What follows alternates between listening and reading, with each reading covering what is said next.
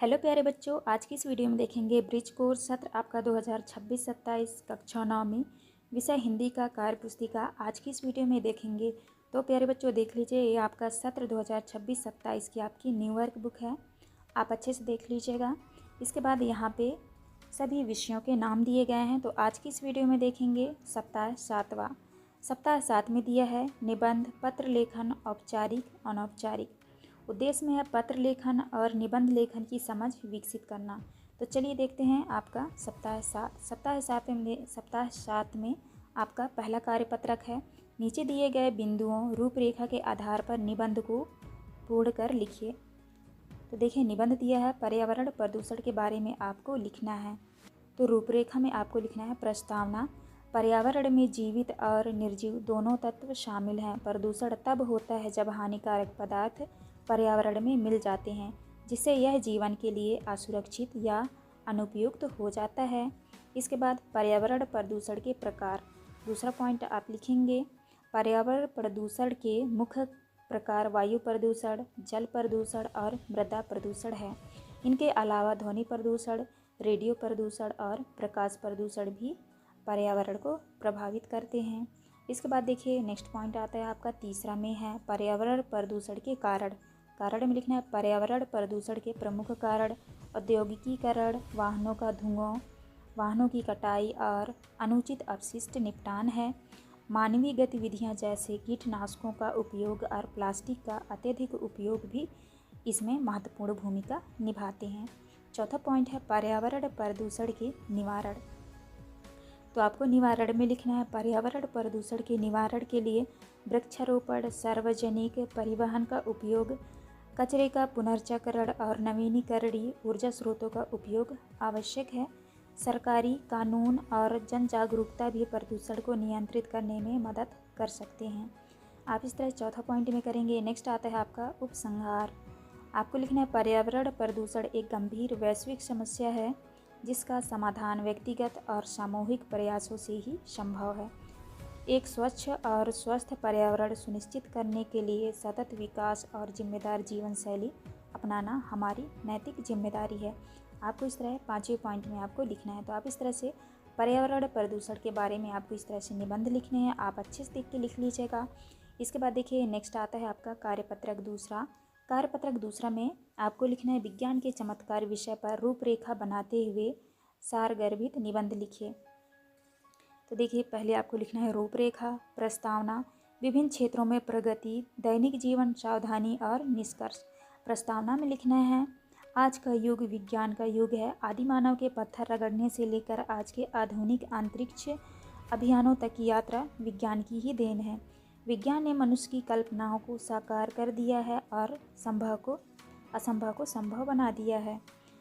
फिर यहाँ पे आपको लिखना है विभिन्न क्षेत्रों में प्रगति। आपको लिखना है विज्ञान ने दूरियों को मिटा दिया है। जहाँ पहले यात्रा करने में महीनों लगते थे, आज हवाई जहाज़ों और बुलेट ट्रेनों की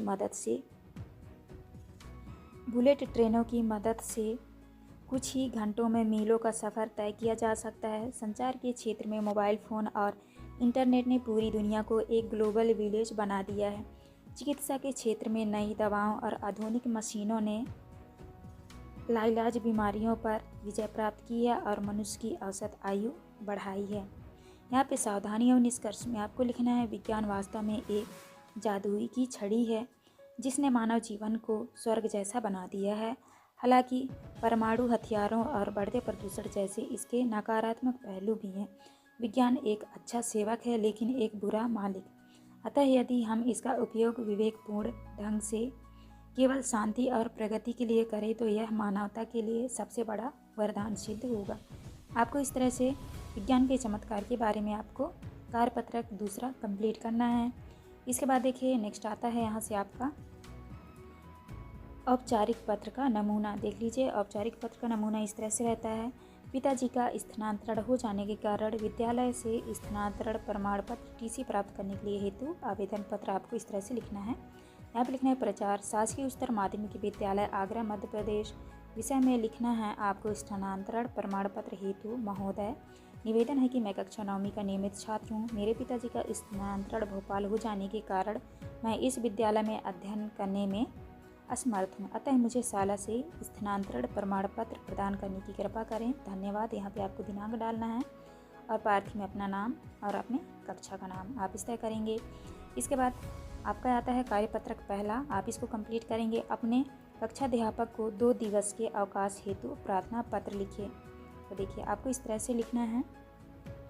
प्रति कक्षाध्यापक महोदय, शासकीय उच्चतर माध्यमिक विद्यालय आगरा। विषय में लिखना है 2 दिवस के अवकाश हेतु प्रार्थना पत्र। महोदय में लिखना है सविनय निवेदन है कि मुझे कल रात से अचानक तेज बुखार आ गया है। डॉक्टर ने मुझे 2 दिन तक पूर्ण विश्राम करने की सलाह दी है। इस कारण मैं विद्यालय में उपस्थित होने में असमर्थ हूँ, अतः आपसे विनम्र निवेदन है कि मुझे यहाँ पे आप 2 दिन की डेट लिख लीजिएगा, तक को दिनों का अवकाश प्रदान करने की कृपा करें। धन्यवाद। यहाँ पे आपको दिनांक डालना है। यहाँ पे पार्थी में यहाँ पे आप अपना नाम लिख लीजिएगा और अपनी कक्षा का नाम। आप इस तरह से कार्यपत्रक पहला कंप्लीट करेंगे। इसके बाद देखिए नेक्स्ट है आपका प्रथम श्रेणी में उत्तीर्ण हुए अपने मित्र को बधाई पत्र लिखिए। तो देखिए इस तरह से आपको अपने मित्र के लिए बधाई पत्र लिखनी है, आप अच्छे से देख लीजिए। इसके बाद देखिए यहाँ पे है बड़े भाई के विवाह में सम्मिलित होने के लिए अपने मित्र को आमंत्रण पत्र लिखिए। तो इस तरह से आपको आमंत्रण पत्र लिखना है। साप्रेम नमस्कार, तुम्हें यह जानकर खुशी होगी कि मेरे बड़े भाई का विवाह 15 अप्रैल को तय हुआ है।